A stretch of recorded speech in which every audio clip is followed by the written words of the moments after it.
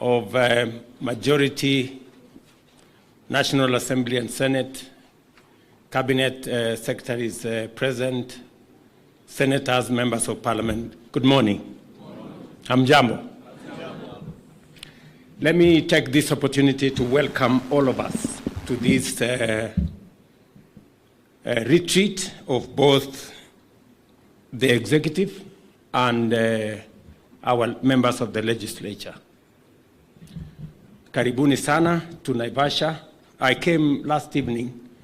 I thought we were going to have a bonfire, but I found many of you had already, I think you had other assignments.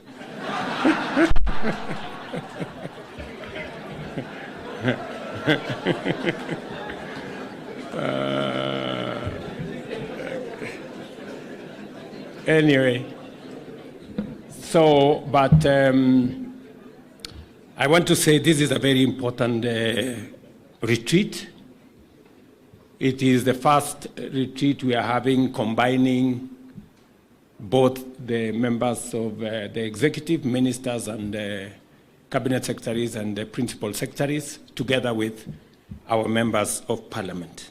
Last year, we had a similar retreat, but it was just for the executive. But we later had an engagement with different committees. So welcome to this very important occasion. And going into the future, we are going to have at least every year a meeting like this. And so that we can together look at where we are, where we need to go, and how we get there. I must say from the beginning that I am a very proud leader of this team.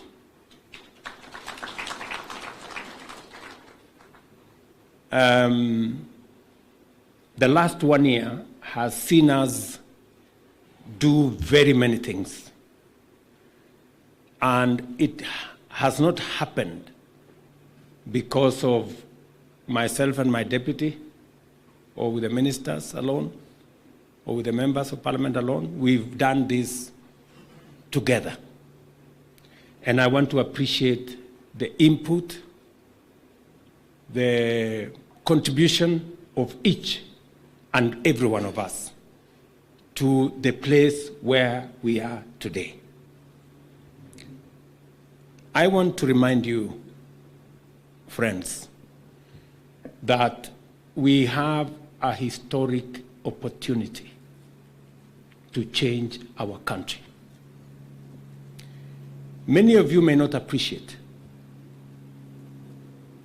because some of us are first-timers and others do not have as much experience. I am among now the oldest people around here in terms of being around politics and leadership. I want to tell you from where I sit, we have a moment in history to unlock the potential that Kenya has always had and to take this country to the next level. I want to urge you that let us not waste this moment. It is a moment when we have a manifesto that I believe, if implemented and when implemented, it can transform Kenya. We have the numbers, both in the Senate and in the National Assembly, to assist us to change Kenya. I want to urge you, I know there is always a temptation to do what politicians do, and that is to focus at the next election. I want to urge you, let's do what leaders would do.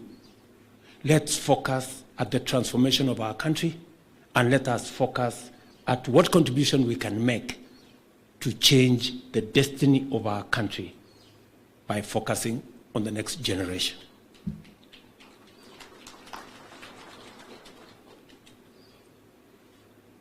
We are where we are today as a country because we have always made politically correct, convenient decisions.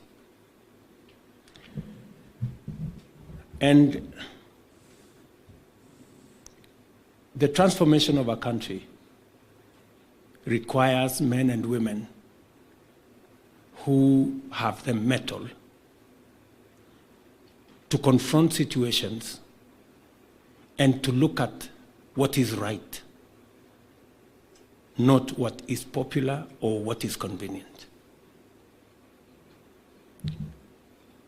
I promised you that I will lead from the front. And I will lead from the front so that we can change Kenya. When I said I am a man on a mission, I meant it. We have to change Kenya. We have to change Kenya. And if you had any doubt that Kenya is going to change, I want to tell you that you just need to be patient and watch this space. Kenya is going to change. I am very confident.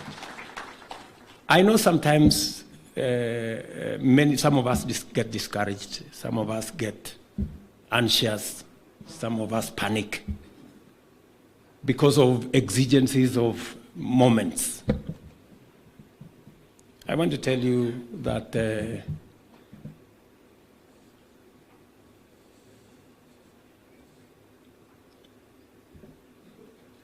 we are going to take Kenya to where we've always wanted Kenya to be.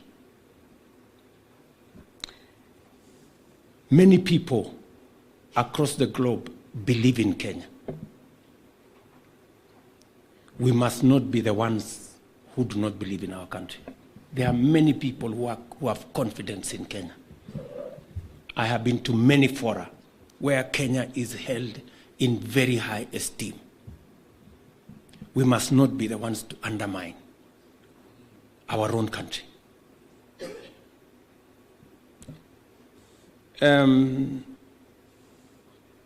So let me persuade you, leaders, that we need to hem in, to forge together, to think about how we can succeed together. When we fashioned our manifesto, we were very clear about where we wanted to take Kenya. We were very clear about how to deliver on jobs. We were very clear on how we wanted to deliver on health. We were very clear on how we wanted to deliver on food security. And we went out to the people, and the people gave us the mandate against a very difficult political terrain. We must not let them down. We must stay focused and deliver on this commitment. Let me just tell you a couple of things, because this meeting is a meeting that is a continuation of the PG we had. So I don't want to prolong what I have to say. I also want to listen to what others have to say. And it is good that today we also have our CSS and PSS so that we can have a convergence of thinking.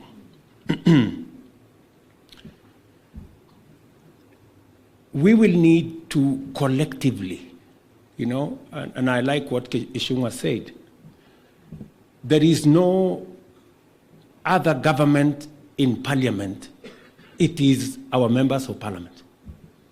You are the government. So don't stop pointing at some government. There is no other government. You are the government. Sijui kama tunaelewana. Yes, you are the government. So don't imagine that there is another government, I don't know where. We all went to the elections. We campaigned on the same podium. You heard me talk about housing. You heard me talk about universal health coverage. When it comes to implementation, sasa watu wanaanza sijui sasa unajua hii kitu imekaa sijui namna gani. Sasa mlikuwa mnafikiri hii kitu itafanyika namna gani? This is how it's going to happen. You know, when the rubber meets the road, don't start kusema ilikuwa ikaenda ikarudi. Hapana. We stay the course.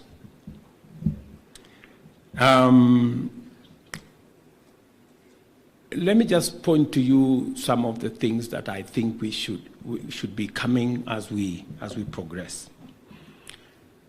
We brought proposals on many of the aspects that would go to implementing our plan. And I want to appreciate that Parliament has been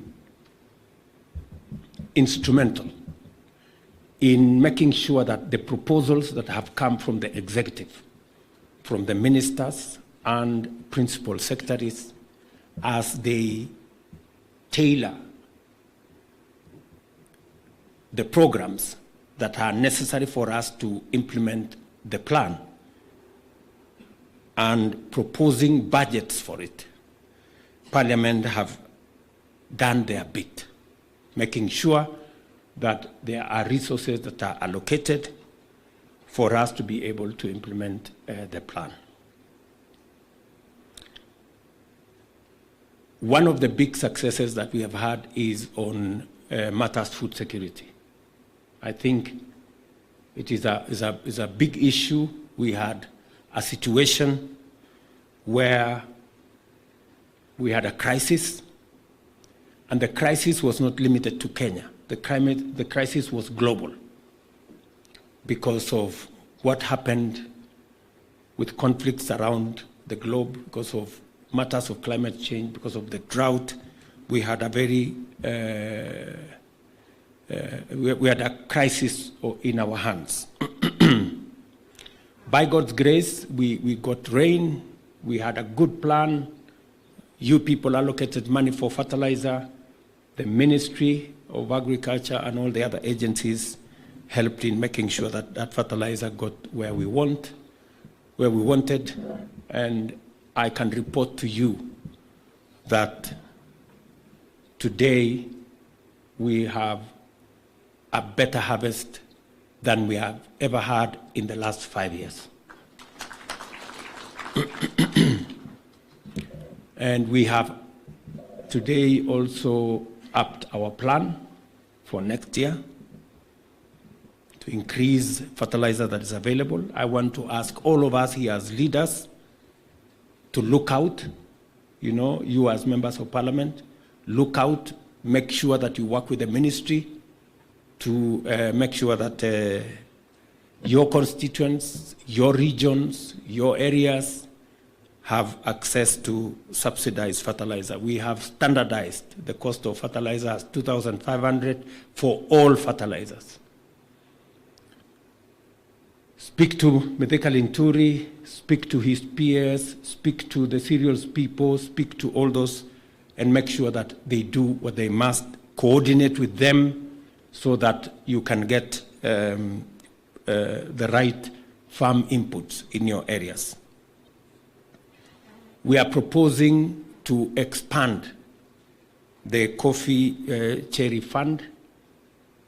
Again, in the supplementary estimates, we will be coming to Parliament to ask for some allocations. We are working with Treasury on how that can be facilitated, because coffee has had a very difficult time with the cartels and all the other characters in there.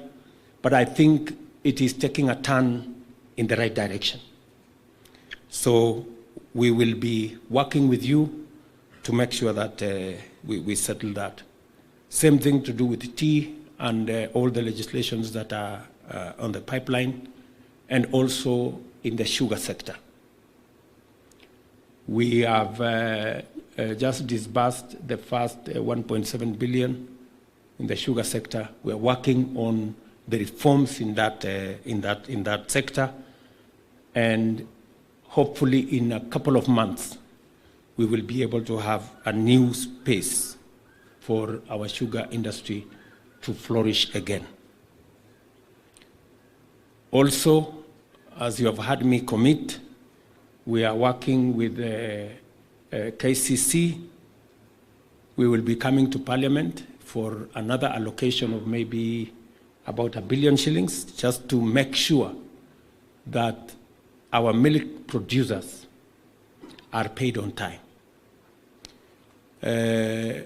We have made a decision together with the stakeholders. I had a long meeting with them in Nakuru. The milk processors, we have agreed that from 1st of March, we are going to pay milk farmers 50 shillings per litre. And we have also said that it will be paid on time. We are also working so that from the 1st of July, like happens elsewhere in the world, that farmers are paid every 15 days. Because those farmers who are doing commercial dairy deploy a lot of capital. So they need money regularly. So we are working with the industry so that we can deal with that. We are also working with development partners to enhance the capacity of our processors so that we can restructure our milk delivery so that we concentrate on two areas. We concentrate on supplying the lower market, and we have a big opportunity for export. It is a very positive thing that actually our milk products, the premium milk products, have markets globally, including in the US. So we have an opportunity to reconfigure that space, and we are working with the milk processors in that corner.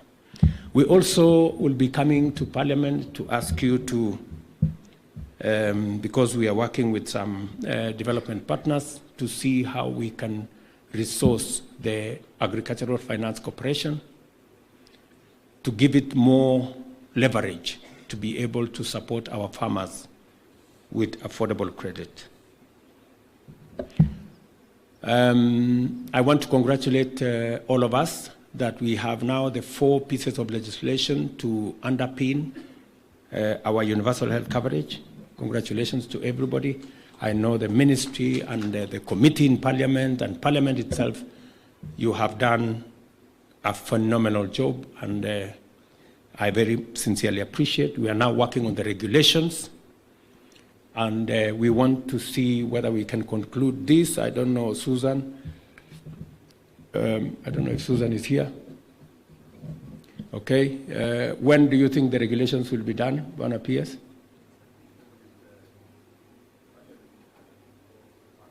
When do you intend to table them in Parliament?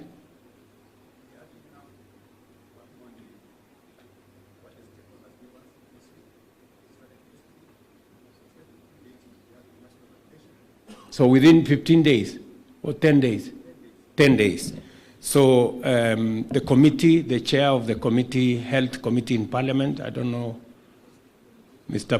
Daktari Bukose and my good brother there, Pato, So please coordinate, because those are very important instruments for us to be able to roll out the universal health coverage. Delegated, oh, it is delegated legislation. Okay. Mheshimiwa, more fire there, and Chepkonga, and my good friend Gishimo. So please, let's see how we can accelerate that, because we made a commitment that the people, indigents, we're going to pay for indigents, the people who cannot afford, and then we are going to adjust the contribution framework so that everybody pays a commensurate or a proportional of their incomes.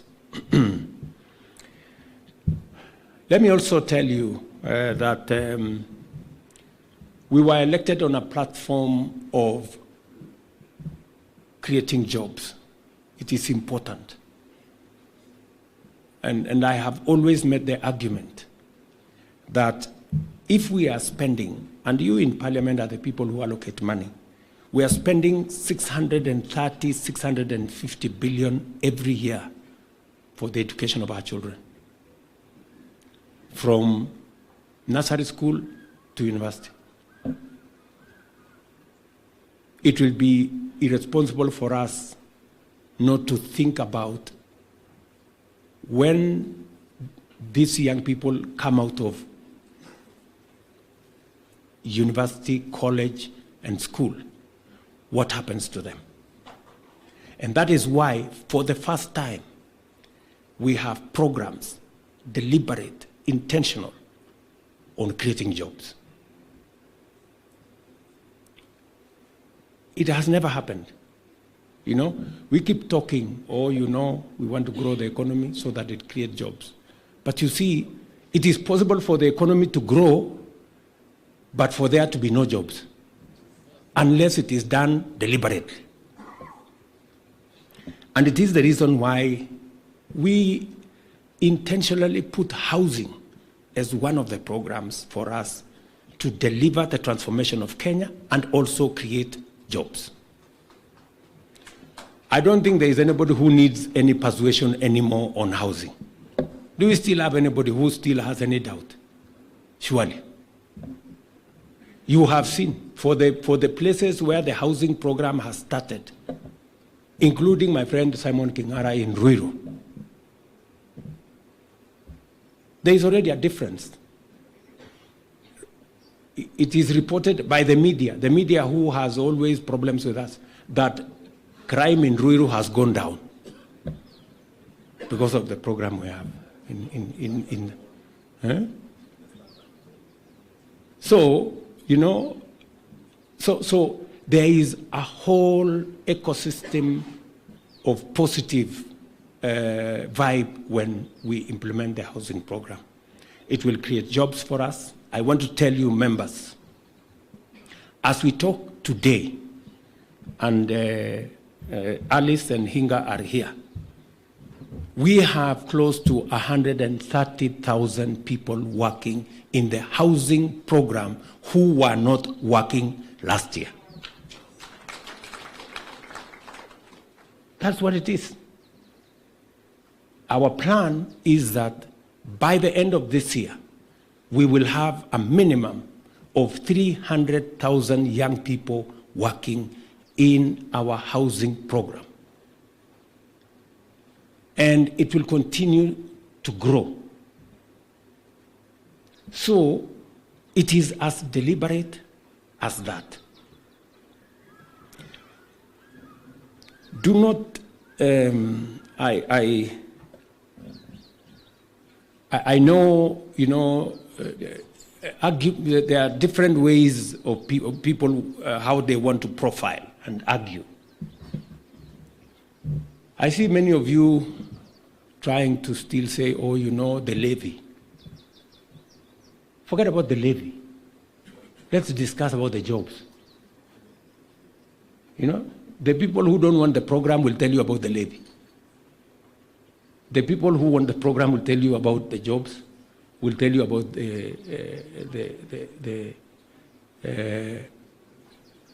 making sure that we have decent households and making sure that we have new home owners. So I think we are past. In fact, the court said we had left out some people who were not paying the levy. And I said, oh, this is good news. Maybe we should go for those ones. So Murugara and team make sure that everybody pays. And I'm happy that tomorrow in Parliament, we should be able to finalize in the National Assembly. Let us progress it to the Senate and let us get working. Let me tell you this.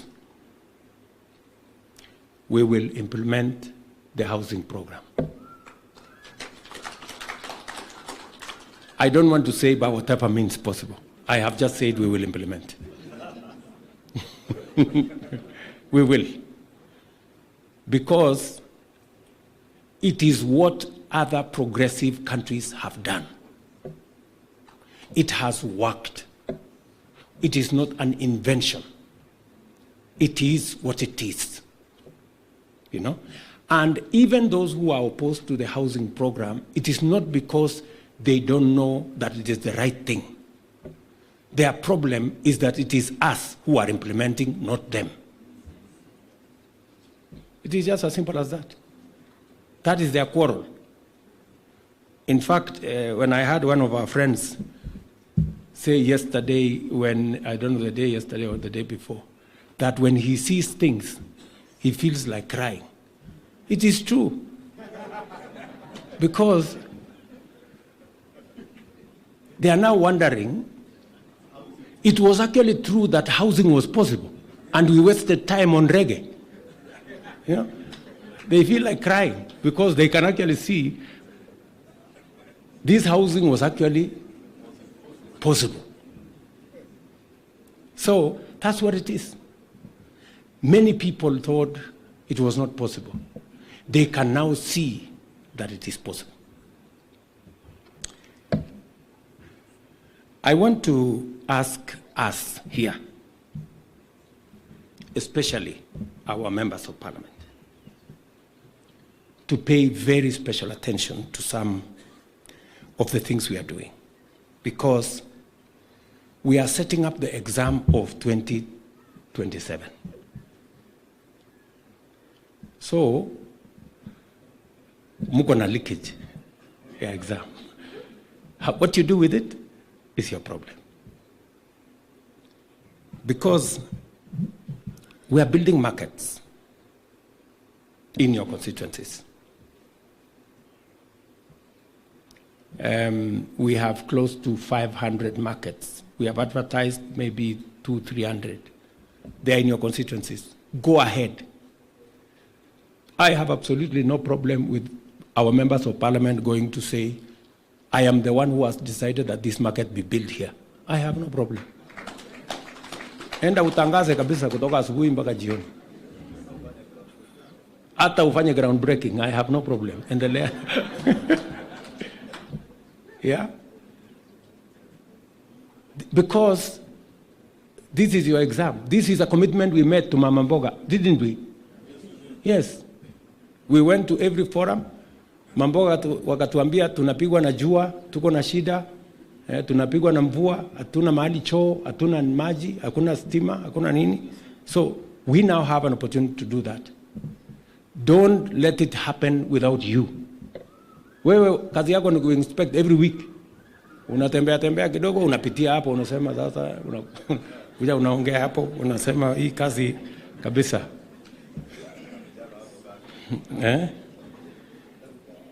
We have the county aggregation and industrial parks. Members, we have the county aggregation and industrial park. It is a partnership between the counties and the national government. You have a role to play. You know, make sure you go and inspect KAIP in your county. We have now 5 special economic zones, 6 actually, including one of the biggest here in Naivasha. In Naivasha, as we committed, we're going to have a huge industrial city here in Naivasha.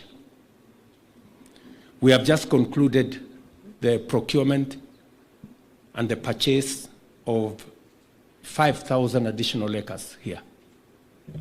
To Alice? Yes.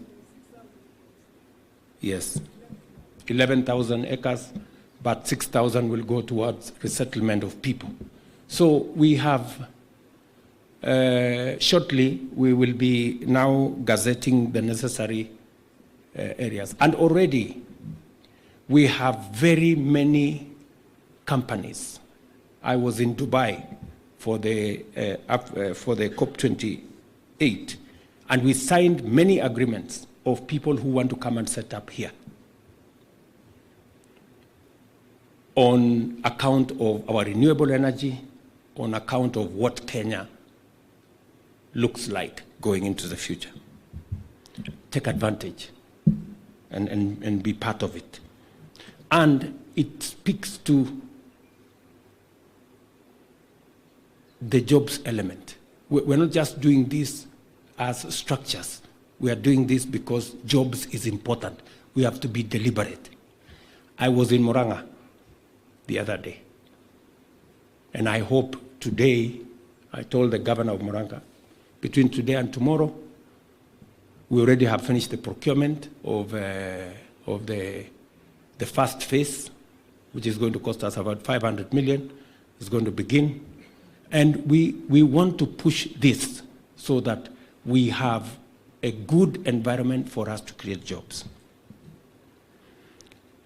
Further down, in our 5th pillar of the Kenya Kwanza Manifesto is the digital superhighway. It is one of the most important pillars of our manifesto. I have had a discussion with the committee, ICT committee in Parliament. I have had a conversation with the chair of the CDF committee. We have now changed the law. All of you know that. And I want to urge members here. Your first priority is to make sure that you are ahead of the game in making sure that we have ICT hubs in every ward in your constituencies. You have heard me say it, and I mean it.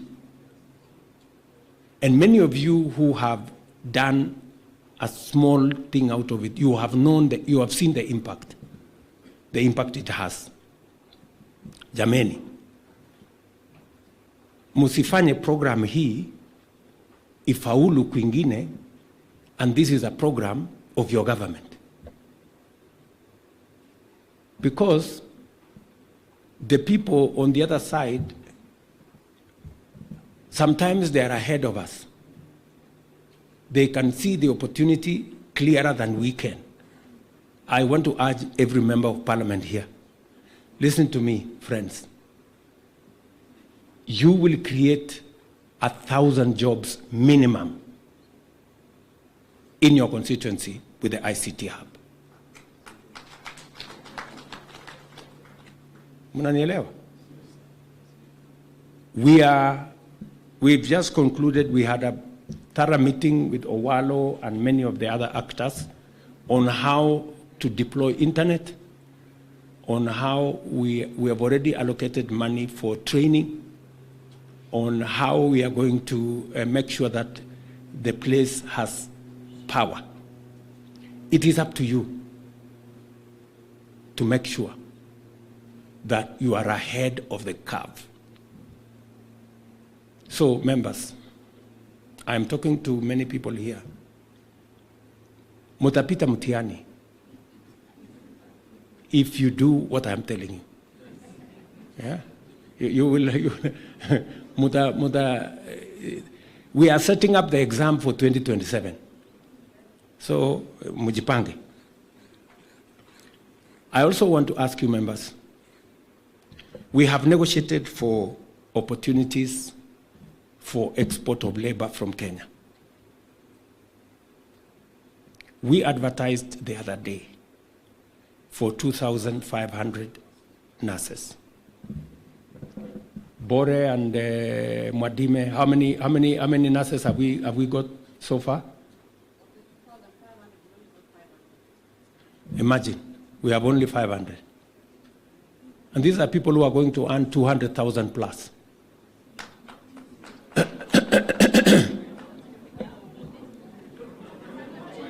We are, sasa, unajua sasa, you know,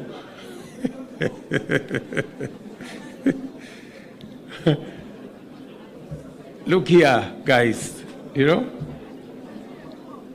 number one, it was advertised in the press, number one. Number two, Mimi, I have talked about this thing in every meeting, continuously. Sasa wewe, wakati unaketi kwa hiyo mkutano hivi, unasikia president huyu anasema iko nurses. Wewe ujiulize kwa kichwa hii nurses, ukitoka hapo kwa hiyo mkutano, si unaenda kutafuta mahali hiyo iko nurses, hawa nurses iko.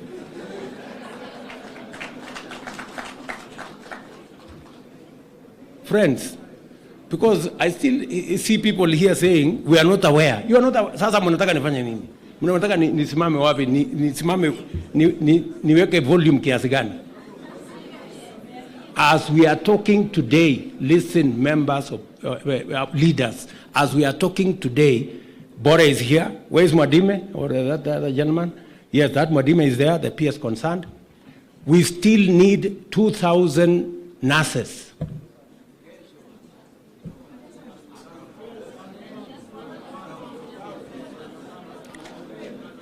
Nabado, just wait. Wacha tukukapa. Leteni kwanza tujaze ndio tuone. I'm just giving you the exam.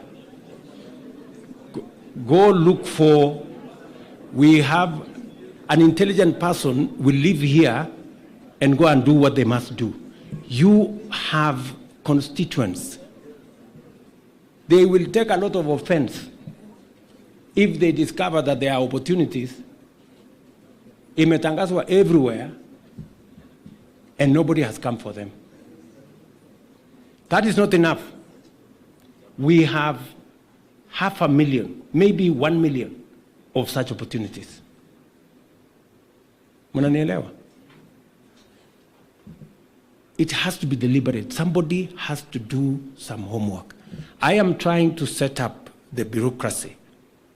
Tumepata tu challenge kidogo. We were to set up both the bureaucracy in NITA and in NEA to support you on making sure that you have as much information as possible. Because I have negotiated many opportunities for young people in Kenya. In fact, my Rosalind there just came back from Germany. We are almost concluding the agreement with the German government because they have asked us for 250,000 job opportunities. And they want us to conclude the agreement before June. Is that right, Rosalind? The same thing is going on with different countries. And it is important for me to talk to you, good people, so that you concentrate your energy in the right place. Mnaelewa? Concentrate your energy as a people's representative. I thought we have so many people looking for jobs in our offices. Si tuko nao wengi? There are so many, si ndio? So please, let us work together, because there are jobs out there. There are young people all over the place. We need to connect them to the opportunities. And please take what I am telling you seriously. You know, I am not talking politics. You know, kuna maneno tunaongeanga hewa. I am not talking hewa. I am talking to you reality. So, please, any serious leader will listen to what I am saying and do something about it. Tunaelewana? Because the only thing I find when I come to counties, watu wananiambia, oh, kuna mwanasiasa fulani alianguka kura, tafutia kazi. Kuna mwingine hapo alianguka kura, tafutia kazi. Na hawa wengine wote amusemi. Na opportunity ndio hii ina friends. I told you, we must work together to change Kenya. Please, tusaidiane kubadilisha Kenya. And it will take the effort of everybody. Because if we were to get 2,000 people, tukigawana hapa 2,000 people, kila mtu atakuwa na watu ine ama mbili. So, no? So, sasa, munataka tugawane hapa. Sasa niwaulize, nani alikatazwa kupeleka 20 ama 30?